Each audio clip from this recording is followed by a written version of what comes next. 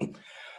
Okay, guys, I'm so excited to have Riley on. I've known Riley for a couple of years. I really, really respect his work ethic.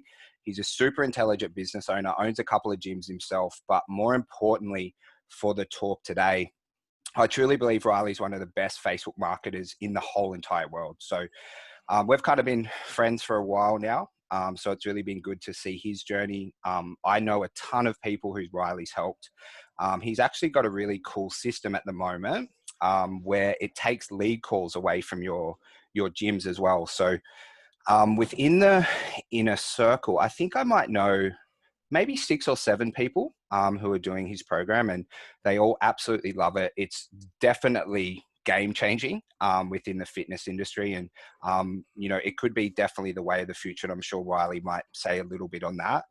But I want you to make sure you take lots of notes down, guys. I don't say this lightly. Riley actually runs the ads for my cousin. So for me to actually refer someone who's my family to him, I want you to take lots of notes, because there's no one I would trust more in the whole entire world. Out of every Facebook fucking marketer I know, I sent them directly to Riley. So take his words like Bible. He's going to have some really, really cool insights on it.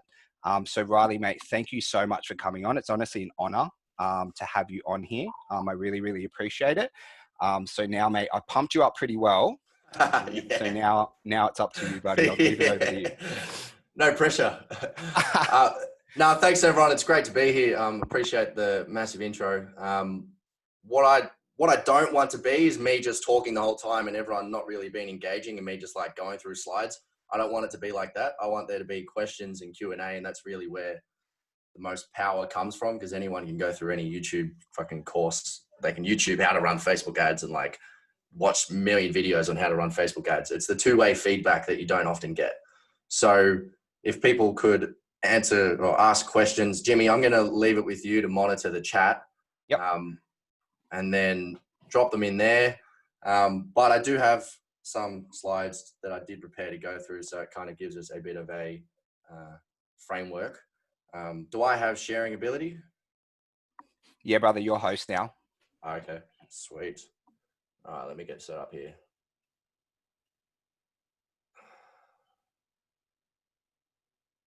Oh, screw it, I'll just start like that. All right. So if anyone has any questions, do just start dropping them in the chat. We'll see how much time we get. I've got the full hour blocked out, or full 54 minutes now. All right. So this is about Facebook ads and the topics that I'm going to go through. Basically the strategy behind Facebook ads, copy, images, split testing, niche cycling, and then Q&A and a live demo with, I think, was it Tim that we're going to be doing that with? So before we dive into that, a bit about me, Jimmy's given you a little bit of an insight, but one of the things that we need to break through is a bit of a limiting belief that a lot of the gyms that we work with, they have a lot of negative emotions towards money. And if you have negative emotions towards money, you're not going to be able to make money. So one of the 4 years ago, a bit of backstory, 4 years ago, I was in mechatronic engineering, and international business was what I was studying. And then I started becoming a mechanical engineer. So I didn't start as a personal trainer like a lot of PTs, a lot of gym owners did. I started as an engineer. And then I hated it, and I went on a 4-month backpacking trip around Asia solo to kind of do some soul searching. And it was while I was there, I became a bit of a hippie. I went vegan for 9 months and I lost a lot of muscle, unfortunately. But it was during this thing that I realized that there was like a higher purpose to my life, which was to basically guide humanity in the right direction, which is really what I think a lot of people are trying to do, especially in the fitness industry. People are there for a good reason. So I came out of this trip around Asia very hippie-like, and then I decided one day I'd go talk to this homeless man. And this was like a key turning point for me. And I want to make sure that everyone here has the same mindset, because I spoke to this homeless man and I basically came in there with the thought of trying to help this guy. I didn't know what I was going to help him with. And I said, basically what he ended up saying to me was, okay, do you have any money? I said, no, I got no money. And then he said, okay, so how the fuck are you going to help me if you can't even help yourself? I was like, oh shit, like this homeless dude, I just got told by this dude who sleeps on cardboard boxes. Like, all right, so clearly I got to go get myself really rich. And then since the last 3 years, my goal has been to basically make as much money as possible and help the people that we work with make as much money as possible, because you need to have money to have influence. And if you have a good goal in mind and you're trying to do some good things in the world, you basically can't do it broke. It's like your duty to become as wealthy as possible, because that means you can help yourself as much as possible and help all your clients as much as possible. And the more money you make is really just a reflection of the amount of value that you create. So I want to say that at the start, because some people have some negative things around money, especially when you go spending it on ads. They go freaking out because it's like, oh crap, I'm spending $1,500 a month on ads. Now you want me to spend $5,000 a month on ads? Like, we'll have, I've had conversations with Anytime Fitness dudes that they're doing 200K a month, and they still have these like negative connotations around spending money on ads. So don't be afraid to be greedy with trying to make money from what you're doing with advertising. Okay. So that's a bit of a framework there. So then we started helping gyms and I started MGM 3 years ago, helping gyms. Now I own 4 gyms of my own. We've already got 5 and 6 lined up for opening before February, and been on stage in front of 5,000 marketers, winning the 2 Comma Club Award for what we've done, helped 3,500 gyms and PTs. 2,300 of those were through COVID. We launched a program, cost us $100,000 to get everyone through this. But we launched this massive program basically in March when COVID hit, to get so many thousands. We had thousands of people download this thing. It was really intense. Basically, I swear I started to get a bit of a bald patch to try to get everyone through COVID. A lot of people went through our kits. A lot of people, even in here on the call today, went through the kit that we released, which was great. So we know what we're doing. We've been featured in lots of magazines, worked with all the large brands, F45s, Good Life, Snap, Anytime, Jets, all these brands. Mostly we work with a lot of independent guys. So the technical side of Facebook ads is easy. Now, I don't know if I can get like a show of hands or something who thinks the technical side of Facebook ads is hard. And by technical side, I mean operating the system of Facebook ads. That is very, very easy. And I used to think going into it, there would be all these advertisers trying to sell me their Facebook ads course, and they'll be saying all this complicated shit, and they'll be saying all these like, they put this crazy sounding name on this very simple concept. And then I took like 5 or 6 of these Facebook ads courses 3 years ago, and I started to realize that Facebook ads itself is really just easy. The only ones who say that it's complicated are the ones that are trying to sell you their Facebook ads course. Facebook has made it very, very easy for you to be able to spend money with them. That's what they want. So these 2 screenshots are the technical side of Facebook ads. And then the rest is the difficult part about Facebook ads is actually what do you place into that Facebook ad. So the easy part is the technical side. I mean, everyone just screenshot this. Like, this is how we set up an ad set. You'd have your, these are the only 2 pieces to it that takes you 5 minutes. There's a radius around your location, specific location. You've got your age range, your gender, no interest targeting. You don't want any interest targeting at all. You let Facebook do the work there, because Facebook knows better than you do for a local audience. If it's, if we're talking like national audience, then it's a bit different. Then you want interest targeting and it gets more complicated. But for local audiences, it's very simple. No interest targeting, split the gender, placement's automatic. And then on this side of things, you've got your ad. You might be doing lead ads, so it's kind of similar to this, but this is for us going into a funnel, because we've found that funnels produce leads. They're slightly more expensive, but they're 2.2 times more valuable. As in, a lead ad versus a funnel ad will get you 2.2 times the conversions per lead.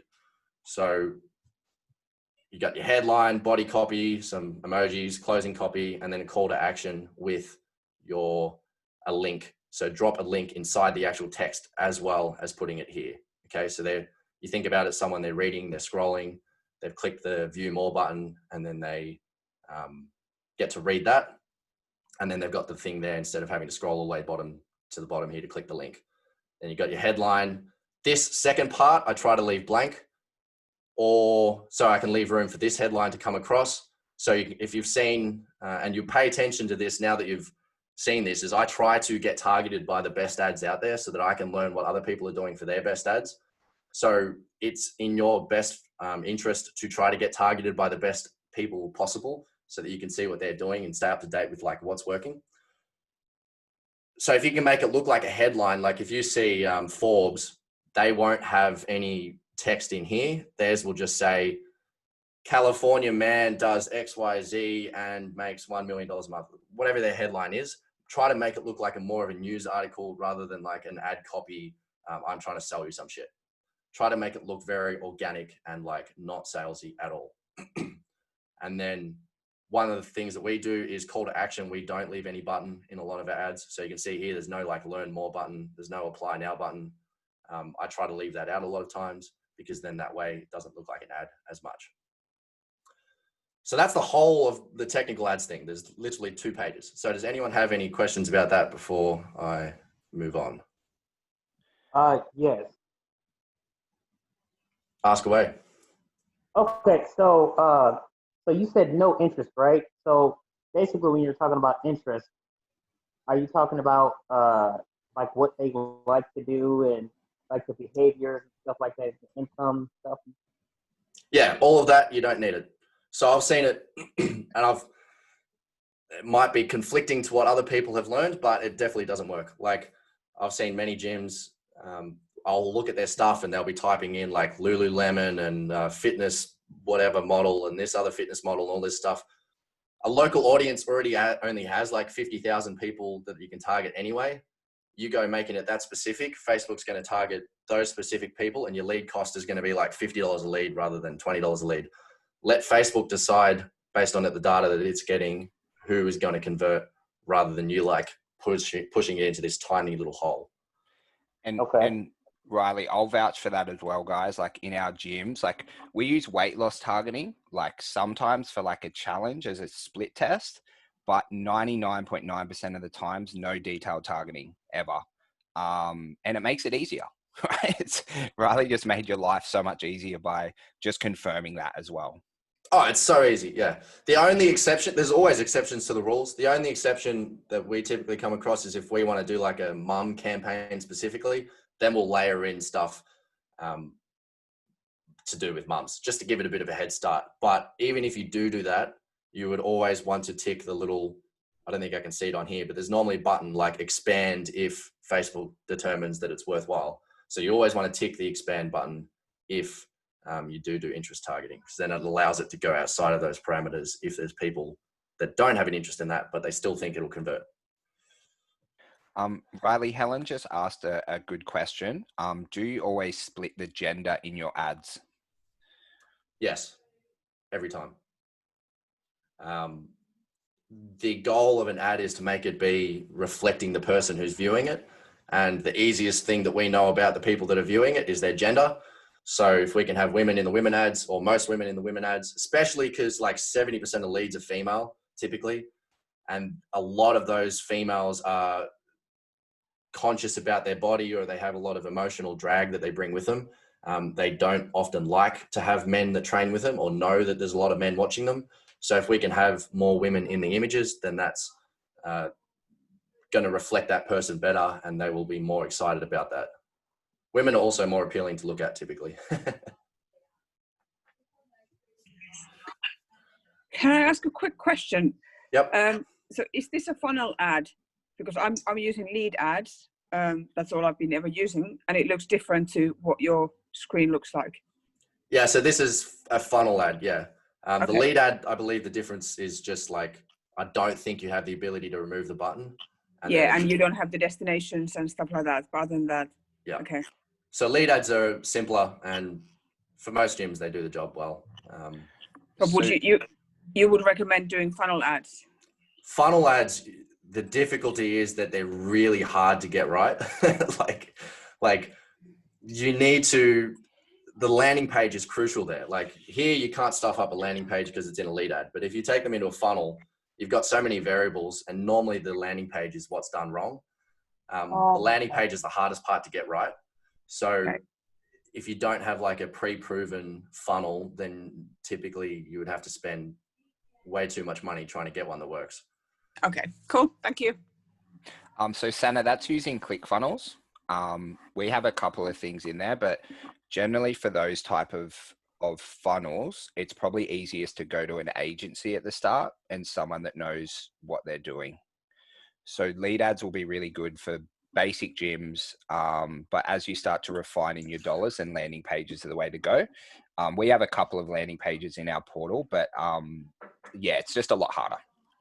Yeah. So Okay. Riley, there's a couple of questions in the chat. If you, Helen, do you maybe want to take yourself off mute, superstar? With the food shots. So Oh, yeah. I think this is, so sometimes like we've tested food shots a bit like AG does. Yeah. They work pretty well. I think it's around that. Yes, definitely. Yeah. So if you've got like a generic, exactly that food shot again, do you split the gender? So we have men going into men funnels and women going into women funnels. So our landing pages are different. So we still will split the gender. But if you've just got lead ads, I wouldn't split the gender. Like, Okay. don't split it any more than you need to, because you're going to be able to build up that social proof if you're using the same ad each time. So, Yeah. Yep. Okay, that's good for me. Thank you. So Helen, pretty much right on the female ads, you have a female image, Yeah. male ad, male image, and that's where you split them. Yeah, makes sense. Yep, totally. Mate, and last question, then we might let you move on to your next slides. Tim just asked if you're optimizing for conversions or link clicks. Oh, always conversions. Yeah, conversions.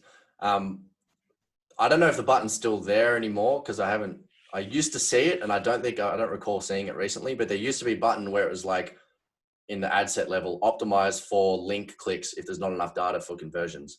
Now, I don't know if that's hidden somewhere. I haven't seen it for a while, but if you can find that button, click that.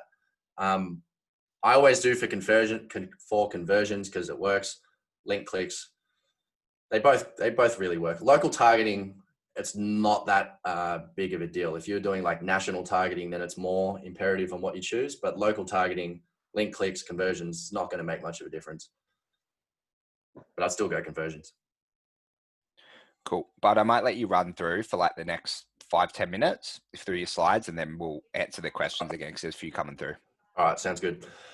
So the strategy. So this is, I don't expect anyone to read all this, but I did a breakdown for our guys in our elite program. I haven't shared it with them yet, but I did this for me to kind of the difference between the offer itself. So the biggest thing is what you're actually offering the person. It's not how sexy can you package it. Like, you can't polish a turd. It's one of my favorite sayings. It needs to be something good that you're offering them, because they're not going to opt in unless it's good. And it has to be unique, it has to be sexy, it has to be for them, it has to be a new opportunity. So the offer itself, the biggest thing is if you can monetize free, if you can monetize the word free, free is the most powerful marketing word in the dictionary. If you can monetize free, you're going to win every single time. So free could be a free challenge with a deposit. It could be free trial of some kind. And then you get their credit card on file and charge them for no-shows if they don't show up. And then you convert them at day 14 onto $50 a week or whatever for 12 months. You make $2,500 out of someone who came in for something free. So if you can monetize free, maybe you upsell them supplements, maybe you upsell them like Fitbit things, little technology, maybe upsell clothing. Monetize free, you're going to win every time. So all the ads and all the copy being the same, all we've done is change free. This is kind of how the numbers work. Instead of $10 leads, you're getting $6 leads. Instead of 50% scheduling, you get 60% scheduling. It basically bumps up all these numbers a tiny little bit. And then the ultimate difference is $27,000 in LTV, lifetime value added, versus $69,000 in lifetime value added. So you're getting 2.5 times more money if you're able to monetize free, and all things being the same. So can I just add something, Riley? Yeah. So guys, I was talking to Riley on Facebook, and he said that to me once in a chat, and it was honestly the most profound thing I'd heard of someone in like 2 years. Like, like have you guys heard me talk recently how then we charge like $199 for lifetime in-body scans? It was literally off that comment. He goes to me, the person who can monetize free always wins. And it made me think for like 4 fucking days, being like, what did he truly mean by this? And that's why in a couple of my presentations previously, we've talked about selling different packages in Body's My Zones. And it was literally all off that comment. So it's really, really profound. So make sure you think about it, because it can make a fucking massive difference to your business. Yeah, we can either outspend the competition by being willing to spend $40 a lead, or we can monetize free and make it $10 a lead and beat them that way. Like, I would rather spend quarter as much on ads or just get 4 times as many people in the door. Yeah, free. It's really any gym, you've got your front end offer and your back end offer, or any business, most businesses, you've got a front end offer and a back end offer. Front end offer is usually like 21 day, 28 day, or 6-week challenge or project or whatever. Back end offers like 52-week thing, $5,000 thing, $2,500 thing. So the front end offer is not where we make money, and that's not really designed to make money.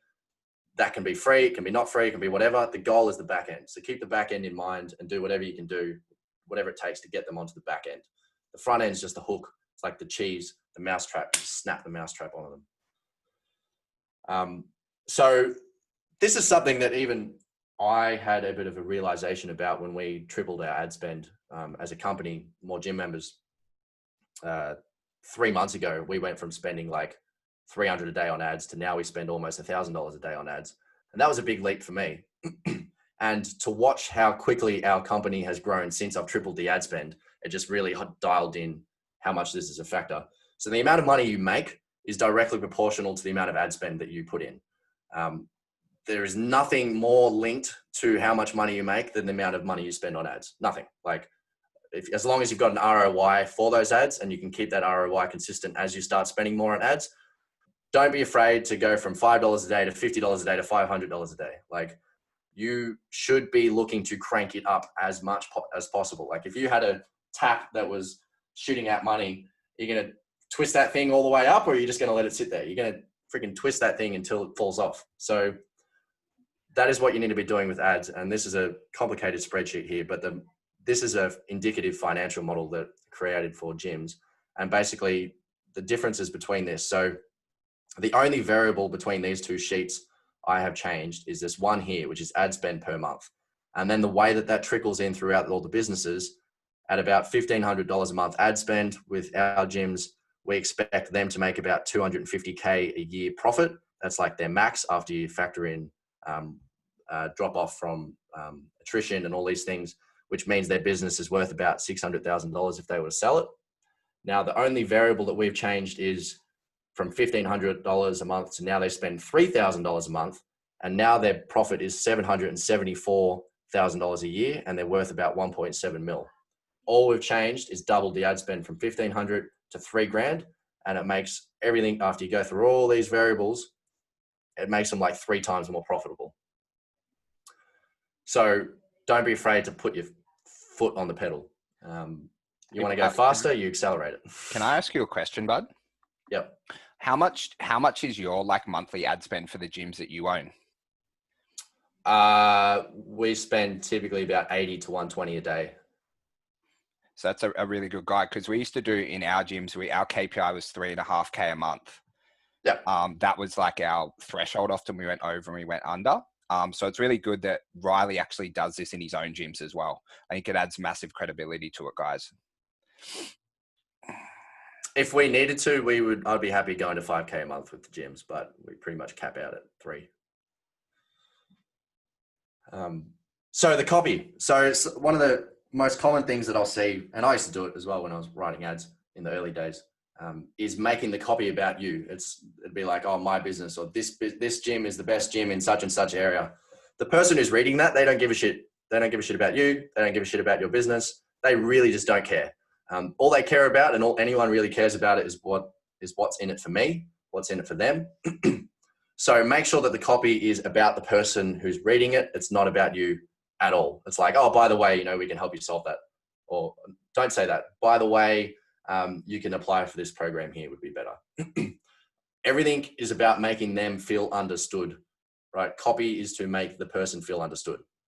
So another thing on top of that is to not go for the sale too early. So I see it all the time. I used to see it so often that I would think that it must be the way to do it. Now, like a lot of things when it comes to doing things right, especially in business with making money, typically what most people do is the wrong way to do it. So try to do the opposite to them, because most people don't make any money. So basically don't copy anyone else except for the minority. Don't copy the majority, copy the minority. So don't go for the sale too early. So I'm a strong believer of not putting prices in the ads. Don't rely on the price to do the selling for you. So some gyms, they'll have like $7.99 a week and they'll have it in big bold writing. And it's like, oh, great. Because I've said that it's $7.99 a week, everyone's going to flock to me. That is not the case. They just see $7.99 a week. They do not have any emotional attachment to that. They just go, I don't really care. Like, why do I give a shit?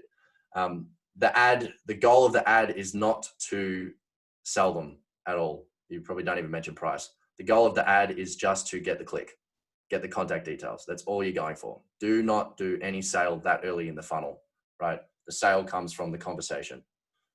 Sensationalism does not convert. So I used to do this as well when I was first learning copy. You would say like, this is the best gym in town, or this offer is amazing, or you will miss this.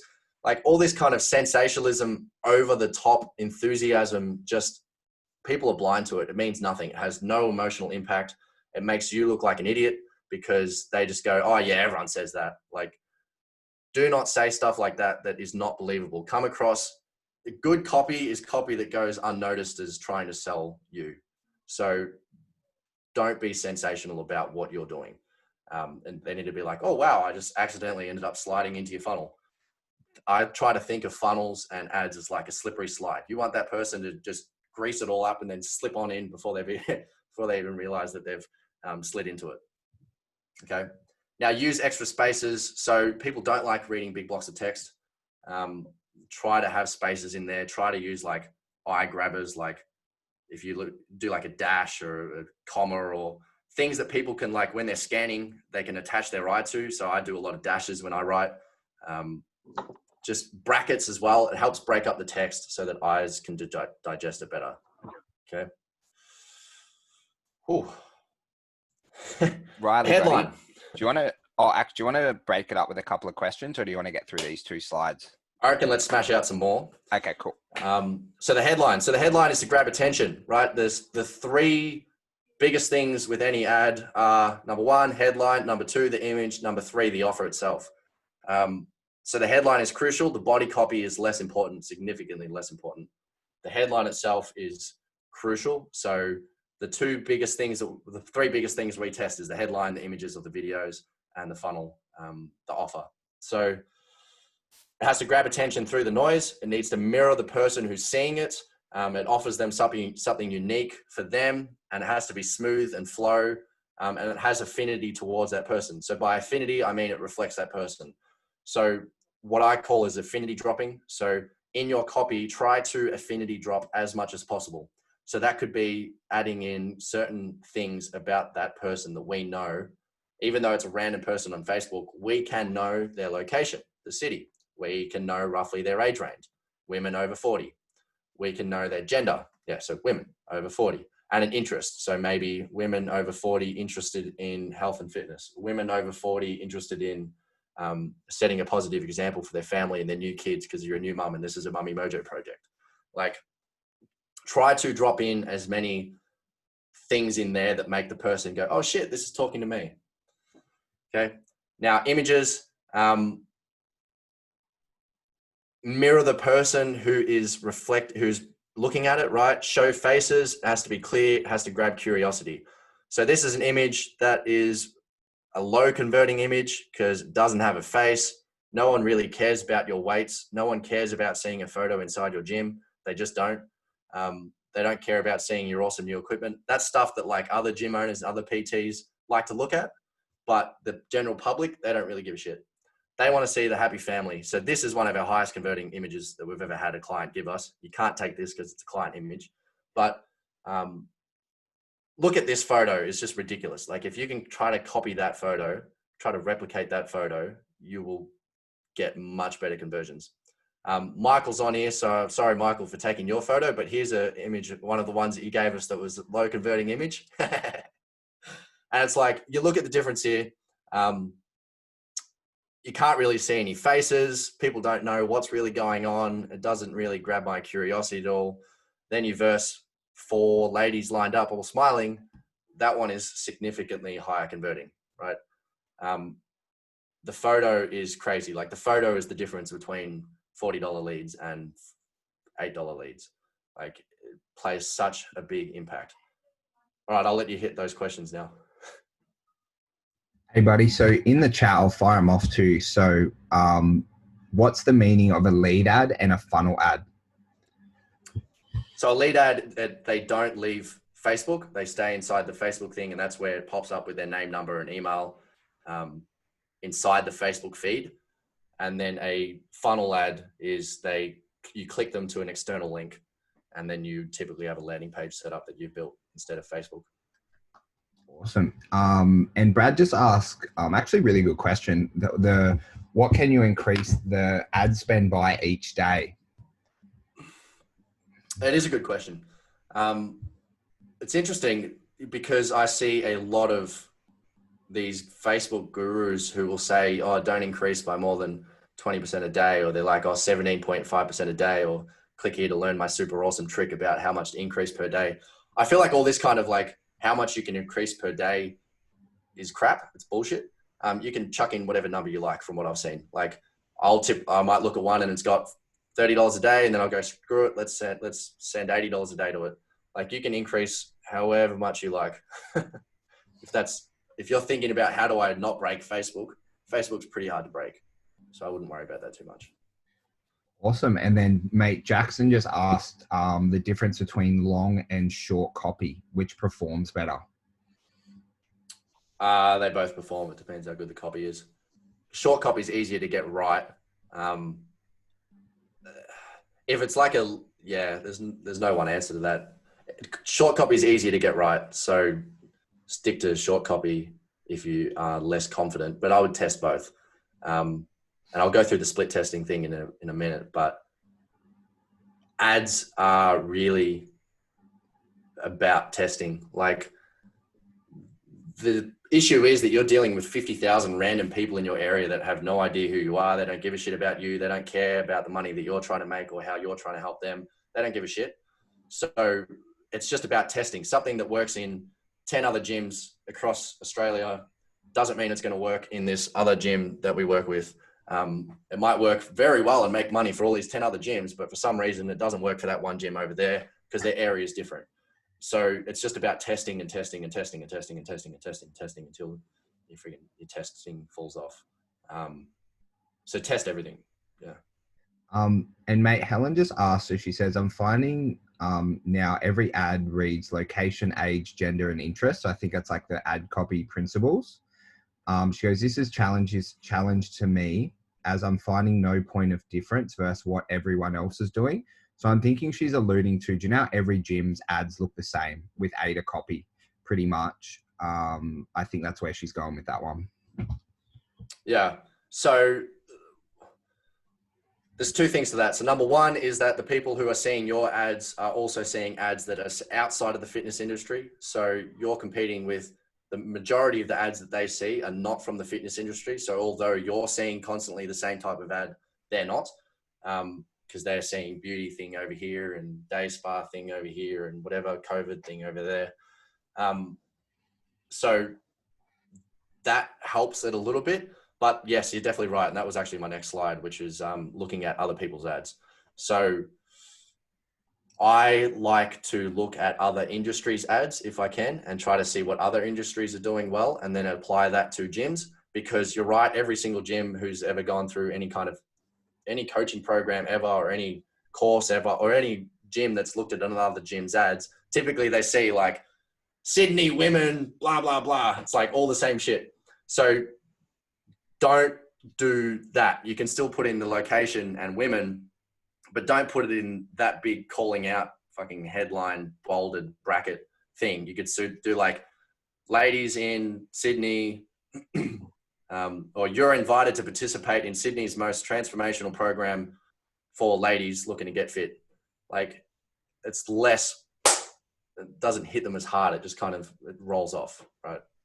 So yeah, the looking at other people's ads, I did this, I created this 3 years ago. This is 3 years old now, this little sheet here, but it hasn't changed at all. And you look at some of the words that they're all saying, try not to say what they're all saying, which is $0 joining fee, no contracts, that kind of stuff. It's amazing how many gyms still do it because it is not effective at all. We've tried it with 24/7 gyms, and I don't know why so many try it, because it gets you nothing.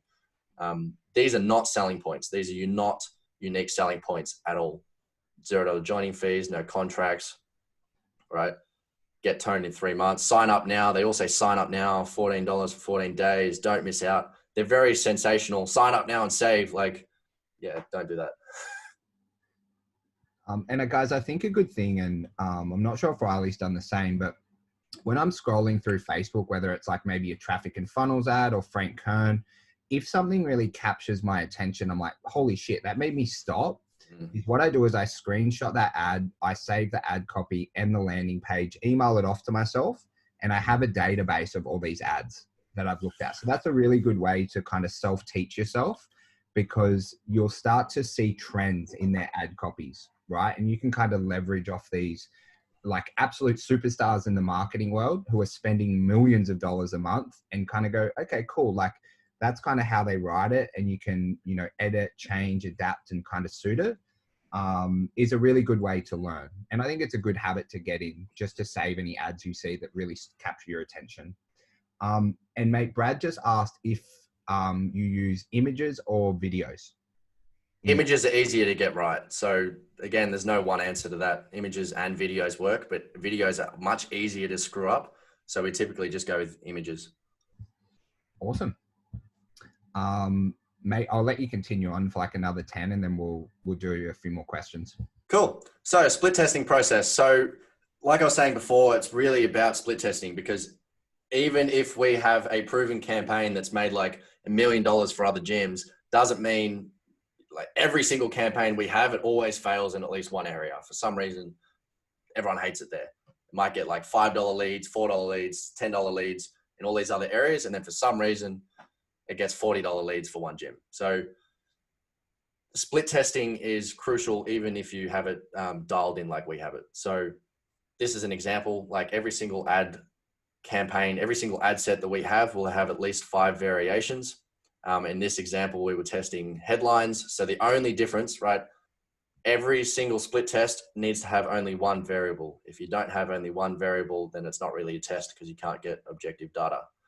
You don't know what was the thing that changed it. So only test one variable at a time. Typically that's headline, offer, or image. So we had 5 different headlines, all of them the same image, all of the same offer. And then we let it run for about, you can typically get some data after about $100. If you've spent less than $100, you don't really have enough data. After $100, you should get like 2 of them that are doing better than the other 3. And then you can just turn off the other 3. And then you can launch a new 3 if you want to test those ones. Or you can just try to, if these are good enough for you and they're getting leads cheap enough for you, I would just increase the ad spend as much as possible without breaking it. So one of the things that we do in-house for our guys is we've got like here's all our headlines. You can't see the headlines, but there's a whole bunch of headlines that we wanted to test here. And then we tested them on 2 different ad accounts to see if it gave us the same results on both ad accounts. So that would tell us if it's actually, you know, if it's the same result on both ad accounts in different areas for different gyms in different cities, you know that that's actually a real winner for ad copy. Now, you guys here can't do that, but if you test, you want to get consistent results for it to actually be a proper test. So we were able to find that like we were testing headlines in this one. So one of them was getting leads for $3.96. One of them was getting leads for $53. This other one we tested, you get $4 leads versus $10 leads versus $12 leads. So really just test. We test like crazy. in case anyone's curious, the way that we test so much and the reason that we're able to do this so well is because, alone one gym can do about $1,000. Maybe they can spend $1,000 in ads and they can test 10 images, 10 headlines, 2 funnels. We can spend $1 million as a collective with our company and all the gyms that we work with and PTs and test 1,000 images, 1,000 headlines and 200 funnels. So we're just like out data the competition. And then it ends up costing us about $40,000 to find a winning ad and $80,000 to find a winning funnel when we factor in everything. So it ends up being quite expensive. Now, you don't have to go spending all that to find winning stuff. You can definitely get working lead ads for $10, but you need to test a lot. Okay. So one of the problems that a lot of it's a problem every marketer has, is that you wear out the audience, you wear out the niche that you're targeting, the ad starts to die off. It's a common problem that you used to get leads and then suddenly your ads don't get leads anymore, or maybe your funnel doesn't work anymore. That's typically because you've worn out the copy and you've worn out the niche. You got ad fatigue and you've got audience fatigue. So internally, our process is we will keep changing the ads going into the same audience and the same funnel for as long as possible. Typically, it's about 4 variations in. And then eventually that audience just gets sick of us and we have to change, which is what I call niche cycling, something we trademarked a couple of years ago, which is basically split the demographic in your local audience into niches. So it could be as simple as women over 40, men over 40, women under 30, women and men under 40. And then you've got 4 different niches, and then you can target each 4 of those independently. And then when one dries up, you can target the next one. When they get sick of you, you target the next one. They get sick of you, you target the next one. By the time you've come all the way back around, they're ready to jump in your program again. So make sure to cycle creatives and make sure to cycle niches. It doesn't start costing you $40 a lead because Facebook's trying to steal your money. It starts costing you $40 a lead because your ads died. No one cares about them anymore. Hey, Riley, if it did work in the past. do you know the video you did a couple of years ago on that? Is that on your More Gym members page? Is that the one with me and the whiteboard? Yeah.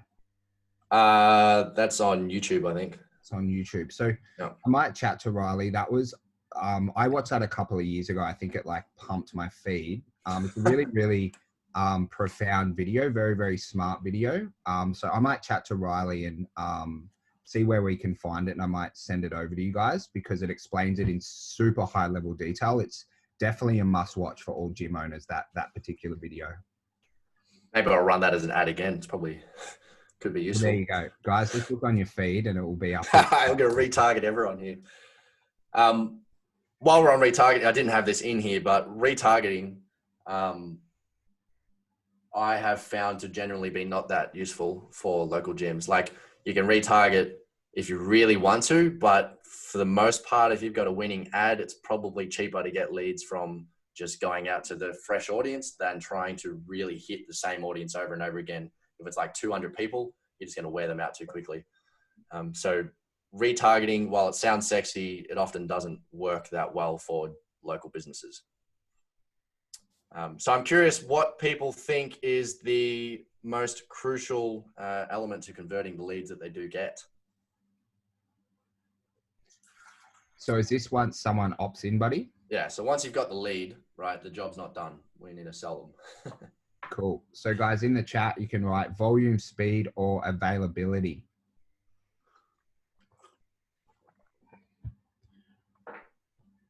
So I can't see the chat. How do I see the chat? There's only been a few comments. They all said speed. So if you have like a self-scheduling link, then availability is the number one thing, which I guess is speed because it's instant as well. So I'm not playing the slideshow properly like I should have been, but you weren't supposed to be able to see this yet. But availability has been the number one factor that we've found in actually getting people to book.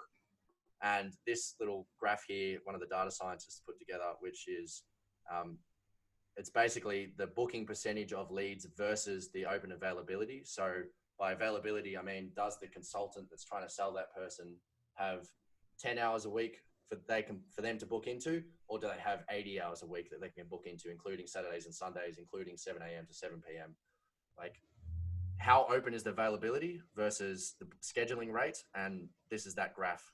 It's like directly proportional. How much availability you have determines how much people schedule in with you. And you want to try to get them within 3 days of the lead coming in. You want to have the consultation within 3 days. Otherwise, you just no-shows go through the roof.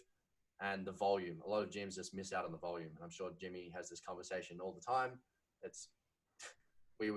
Back in the days when we were cold calling leads, you'd call them 3 times in the first day, 3 times in the second day, twice in the third day, and then once a day for the next week, and then you drop it down to like maybe once a week. Like there'd be 20 calls within the first week. It's really volume, because there's so many different things that are happening to that person for you to just interject for like 30 seconds into their life. It's not that much of a big deal. For them, you need to keep hitting them about it. And guys, just on this, just to give you guys some like live feedback, I didn't have all this cool data that Riley has, but in our clubs, this is why our managers only do 2 to 3 blocks of classes a week, because their predominant role is sales, because they had to be open for availability. And when we tested it, our managers used to do 6 blocks. When we cut it down to 2 or 3, just depended if they do B&I or not, it increased our sales. I don't know the exact percentages, but it would have been a bit over 20% across the whole club, which made us 20% more money. So having a casual on those 3 box of classes, it's like a full-blown no-brainer. Just to reiterate, I didn't have that data, but we just kind of figured it out through intuition. Cool. So a little nugget here is, if you've booked someone in for a consultation and you want that person to show, one of the most impactful things that we've seen work is if you send them a video to their SMS, like an SMS video, pull up your phone, get a selfie. Hey, Jimmy, super excited to see you in 30 minutes. You're standing out the front of the gym. You know, in case you lost, here's the parking, here's the front entrance. Just wanted to send you this so you can see I'm a real human and I'm here. I'm excited to help you. And then you send them that video out of nowhere, and it humanizes you. It makes them feel more guilty if they do no show. It makes them feel less scared about coming to see you. Sending that video thing, do that with every consultation you have. You don't have to do a custom one. I would say do a custom one where you mention their name, but if you're too lazy to, don't do a custom one. Just have a generic one. You send everyone 60 minutes or 90 minutes, 30 minutes before their consult. Okay. And then another nugget for people is the re-follow-up. So if someone leaves and they don't buy, someone comes through a consultation, whether it's on the phone or in person, call them an hour later and give them some kind of, what we get our guys to do is, I just spoke to the manager, or I spoke to the boss, and you know that $3.99 6-week challenge we weren't able to get you on. Well, I still would really love to be able to help you. So what we're able to do for you is half that, make it 21 days and do it for $199. And then you could still get them in on that front end offer of some kind. It's a little bit cheaper, half the length, but you can typically rescue about 20% of sales. So people that have come in, they've left, you haven't closed them, you've tried your best to close them, call them an hour later, offer them something else, you can typically rescue about 1 in 5. So don't be afraid to call them again, even if you didn't sell them already that day. And then make sure you do the similar thing, maybe even if it's just SMS or emails, touching base with them every 30, 90, 180, 360 days. Well, not every 30, but at least at day 30, day 90, day 180, day 360, if you don't close that person. Or even if it's just a lead, just make sure you are constantly on them. So this is an issue that we came up with for years, was basically you wouldn't farm the database properly. So we could get you like 500 leads and then you might close 50 sales. But what about the other 450 leads? Like, what are we doing with them? So if I'm going to be a bit cheeky here, but we built a software, which is emgm.co. If I click on this, anyone can get onto it. Jimmy, I've had a conversation with you about this. If I go to emgm.co here. So I don't know if anyone's ever worked with like Infusionsoft or ActiveCampaign or different email and SMS tools that you need to build out a campaign to be able to send all your people. We have basically removed that. Oh, that doesn't look good. Here we are. So all of those campaigns that you would have had to previously build out and write the copy, write 6 months, 12 months worth of emails, we've already pre-created it all. You just need to basically plug all your leads into this system. Leads go in, and then it's going to send them all the communications, like getting more leads. We send out referral campaigns all on autopilot, retention campaigns. We can onboard your clients for the next 12 months. It's already got all the info in there. You want to do like a flash 3-day sale to your database. You just click the 3-day sale button and it's automatically going to send everyone leads. Send them all the emails and the SMSs already written by our professional copywriters. And then you basically, the goal of this is for $99 a month, we can get you farming your list properly. And then that should make you like another, you know, you close an extra 10 deals a year. That's like another 20K if they're $2,000 each. So yeah, I just wanted to drop that, emgm.co. Guys, when I was chatting to Riley about this, it's so unique and saves so much time. So in our club's code 5, we had a few different systems. Don't work better or worse than this, but if you're in a position where you're not following up with your leads, this is kind of where the future is, where you can just plug it in and it does it for you. So that this kind of stuff's like a no-brainer to look at. Do like a 14-day trial, check it out, because you also get the data with Riley where he's constantly updating and innovating this stuff as well. So if you're struggling for time, this kind of stuff's a no-brainer. Yeah. So our typical conversation that made us want to spend 100 grand building this tool, you talk to a gym and they're like, you'd be like, how large is your database? And they're like, oh, no, we've got 500 contacts that we have gathered over time. And you'd be like, okay, what are you doing with them? Oh, maybe we send them a newsletter every month. Like, they are completely underutilizing their list. Here they are spending $1,000 a month on ads to try to get new people, but the people they've already got, they haven't done anything with.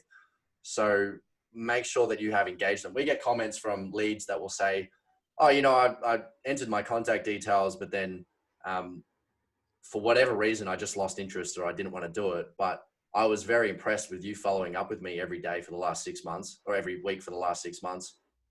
You gave me a lot of value over that time. So now I'm going to join. And then just because you're the person that's like the top of mind, if they maybe you're in their inbox all the time, they're going to think of you first. If they go Googling gyms in my area, you're the name that pops up as 1 of 10. You're the only one that they actually recognize because you've been on them the whole time. You're the person they're going to join. So this has gone, how long do I have? So let me check if I have another meeting after this. I know I'm good. I can go a little bit over. Riley, So I just have a meeting in like 3 minutes. Okay. I might jump off, bro, and I'll leave you on. And Is the live still going to work? It's still going to work, bro. You'll be host and it will still be recording and stuff. So Okay. I'll jump off in a couple of minutes and you can stay as long as you need, bud. All right. Sick. I can't see if it is recording or not, so I hope you've still got it recording on your end. Yeah, it'll all be recording, bro. It's all good. All right. So what we did is we wanted to remove the largest variable of the follow-up process and the gyms that we work with and PTs, their success. The largest variable was their follow-up process and actually the gym owner itself.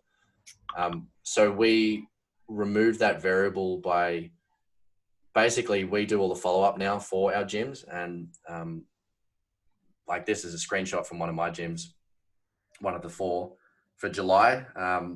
What we do now, because a lot of people always ask me, like, after I've given presentations in the past, they'll be like, okay, so what do you actually do, Riley? How can you help us some more? So what we do now is we work on a paid per performance basis. And that's why Jimmy's got his cousin with us. Because we work on a pay per show. So instead of like paying us $2.5 grand a month, like clients used to, it's just pay per show. So every person that walks in or has a consult with you, then you give us a cut basically. And that's the model we work with now. We work all your leads for you. We get them to show up for a consult. All you got to do is close them. We'll run the ads for you. We'll do everything for you, take you through high-end coaching, sales training, one-on-one coaching, one-on-one sales training, group coaching. We'll send you some swag. I know Michael's been looking out for that. Michael, it's coming. But I just wanted to spend like a minute for the people that are looking to follow us up a little bit before we dive into looking into that ad account for Tim. The program that we have right now has been changed a lot because COVID. We had to quickly adapt this. Back in the day in March, when we had the 2,000 people come through very quickly. So it is just pay per performance. So for those that are interested, right, if you do want some help, it's pay per performance. We'll do all your ads. We'll do all the follow-up. Our goal is to make you 100K in new business in the first 90 days. So that's contract value, 100K. It could be like 50 times $2,000 contracts. You've made 100K, right? That's our goal with everyone that we work with, 100K in 90 days. And then from there, our goal is to get you to $1 million in 12 months. We want to add $1 million within 12 months after we add 100K in 90 days. So if anyone is wanting more information about that, then go to mgm.fit/aligned, because it's aligned because we're on pay per performance, and we make more money when you make more money. And guys, I'll email that out and post it in the group for you guys as well. And I did a post on my wall last night about Riley. So you can kind of add him as a friend and he can link you up with his team as well if you need. Excellent. So questions. I got to figure out how to view the chat. I don't think because I'm sharing, I can view the chat. Maybe I'll stop sharing. I can help you out if you want, Riley. Oh, I can see it now. All good. Thanks for that. So what do we got? So does it work better to have the lead book in with us rather than us continually trying to call them, or is the booking only for an in-person trial? Yeah, always try to get them to book in themselves. When they do book in, you want to confirm that anyway, and you want to call them anyway, you don't want to get into the sale and you want to make sure that they can't get into the sale, but on the call, just confirm that they're going to show basically. But yeah, definitely try to get them to book themselves. Michael says the coaching in MGM is unreal. Always glad to have you, Michael. Do you prefer to book consults versus sell over the phone? Yeah, this one has been very interesting because the fitness industry got flipped on its friggin' head with COVID. This has been, it's forced every gym that was in person to start becoming a phone salesperson, especially when we're all in 100% lockdown. So the one that will get you the most sales is if you can sell on the phone. It's more difficult, but it will get you the most throughput because you're going to get more people showing up for a consultation, simply put. Instead of getting like 10% to show, you might get 25% to show, or instead of 25, you might get 50%. So typically the conversion rate, instead of being like 70 or 80% like it is in person, maybe it's around 50, 60%. But if you can bump that up to 80%, you're just going to get like twice as many sales. So we try to get all our guys to sell on the phone first. And then if they just can't get it, we'll push them to in-person consults as a bit of a backdrop. But we always try to get the phone sales. What would you use as a headline for a 28-day challenge and a 12-week challenge? I wouldn't mention the challenge in the headline. The challenge needs to be about grabbing the attention and stopping that person and making them curious to read more. It shouldn't start with like 28-day challenge or 12-week challenge, or all that kind of stuff. And by the way, I don't really like 12-week challenges. I prefer keep it under 6 because the goal is 12 is like this weird spot where it's between a front end and it's between a back end offer. Really, we want to get them in the front end, which is our trial or our paid challenge of some kind, just so we can get them onto the back end. We only care about the back end, which is like a 12-month contract. 12-week challenge is kind of somewhere in the middle where it doesn't really help anyone. Maybe you can get them for 12 weeks, but you'd rather get them for 52 weeks. So what would I use as a headline? I would write out 10 headlines and then test all 10. Like, look, you can buy a marketing book and steal 10 of their headlines. My struggle has been to actually get leads on the phone. People send their details, but don't answer their phone text messages anyway. Yeah, so this is Amy. The follow-up of leads ignoring you has been like the bane of my existence for the last 3 years. Nothing is more frustrating than we go to gym 150 leads in a month and then they can only get onto 30 of them. It's like not good for anyone. No one wins in that. So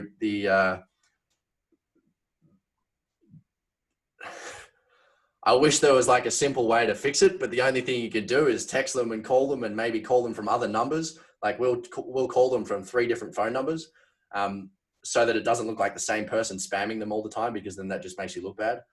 So we would call them from different numbers and we would send them texts. The inevitable truth is that probably half you're going to not get in contact with.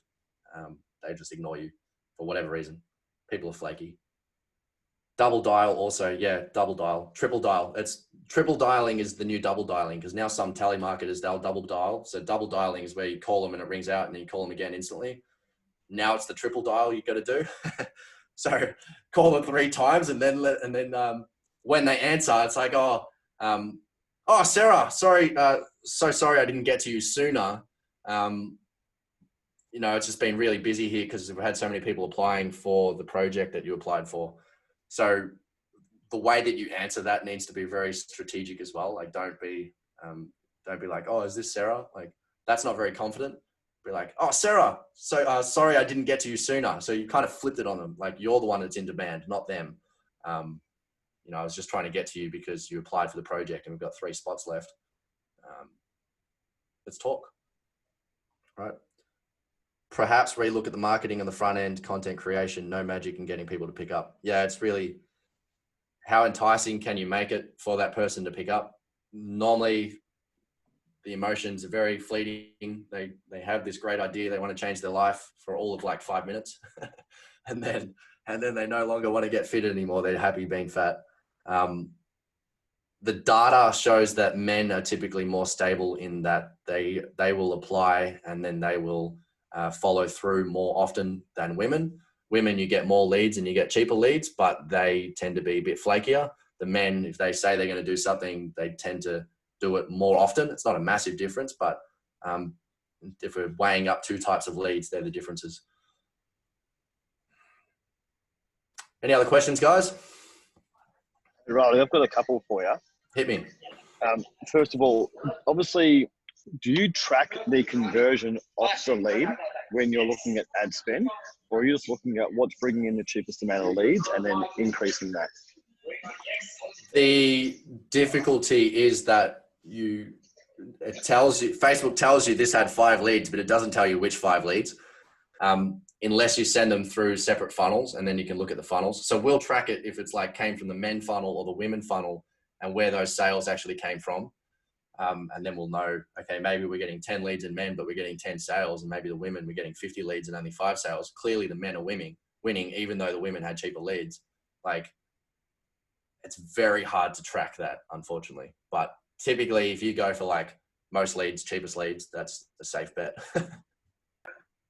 Unless it's really, really bad, then nothing against Indians, but there's Indian areas, and typically the ones with Indian areas they just bomb hard. Like, they are the most flaky leads that you can get. I love Indian food. I've been to India. I love India, but they are just terrible to get as leads. That's the only thing I exclude is Indian cricket team. Yeah. We do that.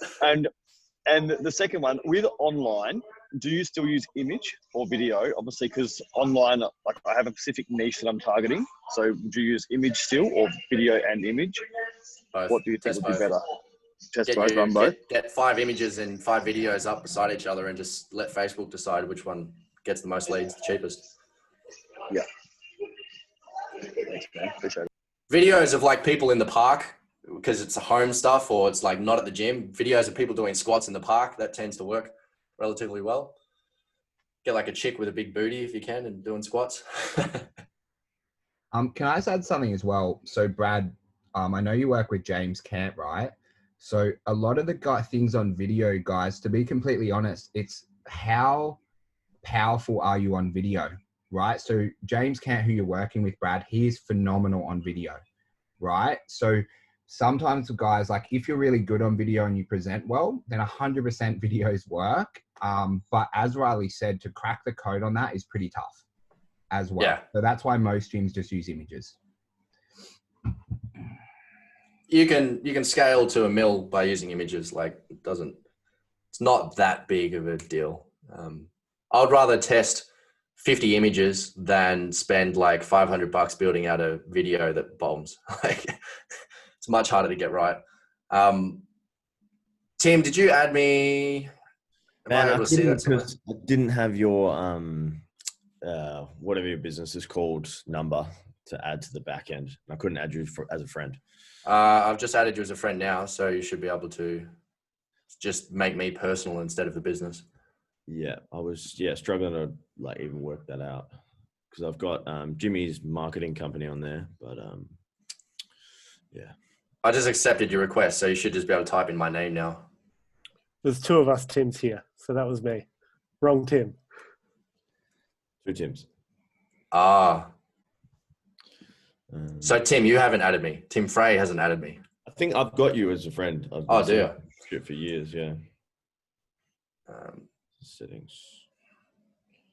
Like I've got users, people, partners, and then under people, I click add, and then it comes up with enter email address. Riley, if it's easy about it, I can just share Tim's account, like share my screen. We can have a look over it if you want. it's. I don't think it'll be as effective. Just add Riley at moregymmembers.com. RILEY at moregymmembers.com. Anyone else got questions while we're doing that in the chat? While I'm here. We've spent millions of dollars doing this, so now's the time. Riley, quick one for you. Yep. Our physical location is currently full. However, we want to obviously look at being in the forefront of everyone's mind still. What content would you run to your local audience? So when their positions do come available for our next challenge, should people leave, that we can get them in quickly. Would you bother doing anything, or would you just run a cold traffic campaign when spots are open? I would try to make it seem like there's a waiting list for something and see if you can get them opting in for a waiting list and build up some hype. If you know there's going to be like 10 spots available in a month, I would build up hype for that event where there's spots opening in a month, and then I would market that you wouldn't spend much on it because there's only 10 spots, but I would build up pressure for an event of something so that everyone's excited. Like if you go to the cinemas, they don't let you go see a movie straight away when it comes out. They make you wait 6 months and have all these red carpet things, and they have all these ads and stuff going out about it, interviews on TV from the celebrities in it. Like build up pressure, and then I'd release the pressure basically and get a rush of sales. Otherwise it would just be like, I don't think it's that important to retarget with much content. The amount of money you spend on it versus just running ads and getting leads doesn't seem to be that effective. You could do like maybe some content, which would just be people training, or maybe a selfie of like you saying, "Hey Sarah, how good's the program? Yeah, you loving it? Woo, yeah, we lost 6 kilos already." Like just a Facebook Live of you doing that would be enough. But things like training, how to do your squat properly and all this, like people don't really care. They won't really remember you for that. So I wouldn't waste too much money on that. The only other thing I was thinking is like, do I run something to some sort of seminar, bring them in, get them hyped up, see all the testimonials on the wall, everything cranking, and then be like, "Hey, unfortunately we're full, but we have online spots available." I would, instead of like building them up and getting them exciting for something and then saying, "Hey, we don't have it, but then we can do online," I would just go straight to online. Like, don't just run them straight in. Yeah, just sell them an online program. Do a free, whatever it is. Do an online challenge, online 21-day challenge, and just try to get leads for that. Like, yeah. So I'm in here. HSP, is that because you like HSPs? No, that was my old business name. So in July, we had about 178 leads. We sold 31 at 549. And then I was spending about 180, 200 a day. And then it just fucking tanked. And obviously I was doing no niche cycling. So it's just been a rebuild since then. So 100 and something, and you had 50... 30, how many sales? 30 sales. 31 sales at 549 each. How much did you spend on the ads? I was spending about 800 to $1,000 a week. Okay, cool. That's pretty good. Yeah. So what have we got? You do a lot of reach. Oh,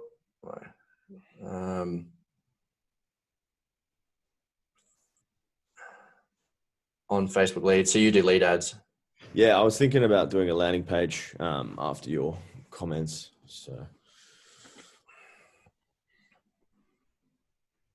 is this the one that got all those leads that you sold? Yeah, it would have been, I don't know. I've set up a few. It's pretty messy. I've tested a bunch of shit, but yeah, this was probably it. You have got a lot of ad sets. Yeah. Okay, so it looks like each ad set has its own video. Is that right? Yeah, I've done it a bit differently. So I would typically have one ad set for 5 pieces of content testing. Okay. The ad set determines who it targets, and then the ad determines what it targets them with. So if we're going to get like an equal split of split testing, you having the current setup that you have has 2 variables. It's the audience as well as the ad or the video or image itself. I'll just put all of them on the same audience in the same ad set, and then split test that way.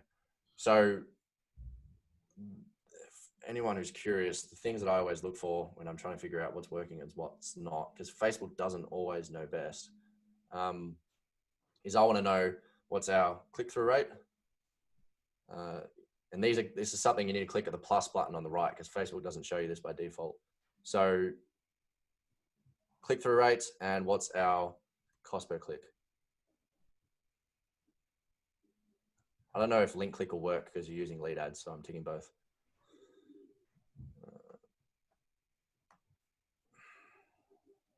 So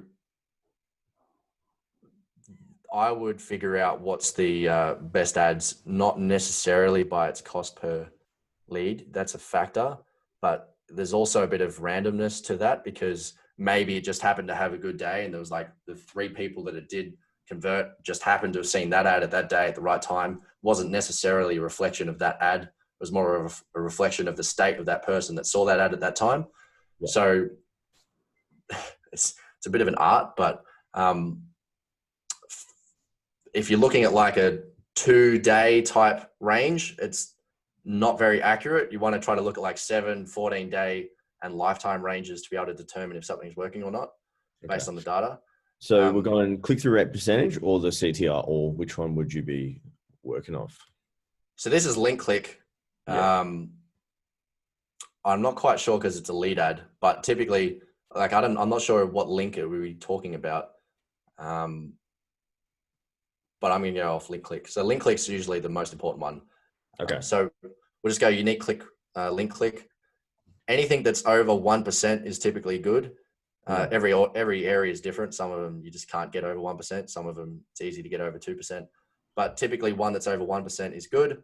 And then cost per click, typically something that's under $1 or under $2 is good, depending on the type of ad. This is a lead ad, so they're going to be typically half the price of a normal one. So 50 cents is about where I'd say is good, 50 cents or under. So cost per click, cost per link click, this is the right one. Yep. So the ones that are above $2, I would say aren't good. So this one's clearly not that good. It's got 0.49% conversion rate, click-through rate, and it's $3 per click. So what I'm getting at here is if I've got like a million different things running right now, if I've tested 10 things, I want to look at this, which has got the worst click-through rate and the highest cost per click, and I'm just going to turn off like all of those pretty quickly. So I'd go into here and just basically, look at that. Like I would. So what would you do in my situation where like I was using 2 of our main niches and I was running them at the same time and then they both went to shit? What would you do if you were me? When was it working? It was working about 2.5 weeks ago. So this is the one that's done the best. Yeah. Let's have a look.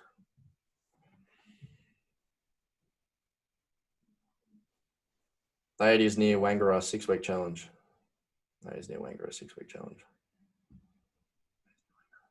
It's interesting. That one's got not much social proof, not many likes and comments, love reacts. Another little tip is whenever you launch an ad, go in it and give it a love react. give it a love react yourself as a person, and then it like boosts it. The social proof looks good. So this copy, just on another note, I would have added like, I won't save this edit, but I would have had like, if this was my ad, I would have done spaces, and then, because it doesn't really recognize paragraphs very well, you have to put like a full stop in there to break it up even more. And then I would have broken it up like this, so that when people are reading it, they have somewhere to like take a breather, because that's a lot of copy. So if you've got a lot of copy like that, I'd break it up, something like that. Like, it already looks a bit cleaner, in my opinion. As well as emojis, have more emojis in here, but I'll discard that draft. What would you do? I would clean this up. Like, I would just turn off probably all of them except for this one that seemed to have worked. So I'll just go off, off, off, off, off, and then I'll focus on this one ad set. And then in here, I'll duplicate this out, and I'll just do boom, boom, boom, boom, boom. 5 of those. I want to duplicate that out. This was working before. For some reason, they hate us now. So then we've got the same ad set. It was working before. And then each of these different variations, I would change the headline. Maybe I'll chuck an image in there instead of a video. And then I'll just come up with 6 variations, and then I'll run it again. Okay, cool. Basically. Close that. I won't publish that. You could target men. It looks like you've targeted women quite heavily. So you could do like a men one. Yeah, I've done both. The women definitely work. Well, women are way more flaky. Yeah. Yeah. So men were $18 versus $11, but on like cost per sale is what we're really looking at. So men probably weren't that bad, although they looked bad on lead cost. Overall, they probably weren't that bad. Yeah. Cool. Thanks for that, man. Awesome. Anyone else? We've got heaps. Amy, you showed us a lot of ads that we should avoid, don't work. What is working at the moment, especially from headline perspective, if we should avoid attention, which I see everywhere? Everything works sometimes.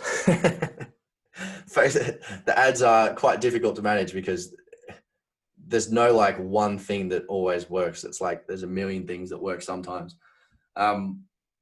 Attention works. It can work. It just depends on if that area has seen attention a lot or not. There's a good book.